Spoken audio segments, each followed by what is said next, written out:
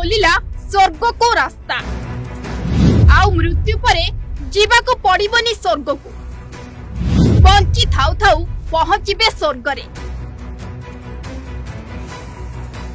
आकाश रे खोलिगला स्वर्ग को रास्ता सीधा आकाश रे जीवे स्वर्ग को समस्त मनीष पहुंची पारिबे आउ स्वर्ग मध्य देखि पारिबे।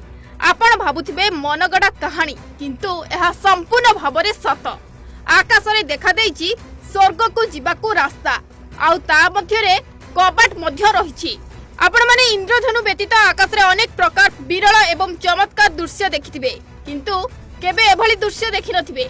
आज खोला आकाश रे कबाट देखिबाकू मिलिछि। एहाकू रहस्यमय कबाट कुहा जाउथबा बेले अनेक लोक एहाकू स्वर्गर कबाट बोली कहउछंती। एई दृश्य देखि समस्त लोके आश्चर्य होई जाइछंती कारण आकाश रे कबाट केउठो आसिला बोली समस्तक मन रे प्रश्न उठुछि। एभली दृश्य देखिबाकू मिलिछि बेंगलोर आकाश रे। एही कबाट रहिछि रहस्यमय झलसुथिबा कबाट। एहार एक वीडियो वर्तमान सोशल मीडिया रे बेस भाइराल हेबारे लागिछि। गतकाली राति रे बेंगलोर रो हेबल फ्लाईओवर निकट आकाश रे एभली एक छाई देखा देइथिला जहाकू नै सारा शहर रे चर्चा आरंभ होइछि। प्रकृत रे एहा कोन स्वर्ग को जीवार रास्ता किपरि आसिला एही कबाट को नै अनेक लोके प्रश्न करिसंती। निज आखि रे देखुतिबा एही कबाट एबे सोशल मीडिया रे भाइराल हेउछि किंतु समस्तक मन रे गोटिए प्रश्न एही कबाटर रास्ता केउठा को जाइछि।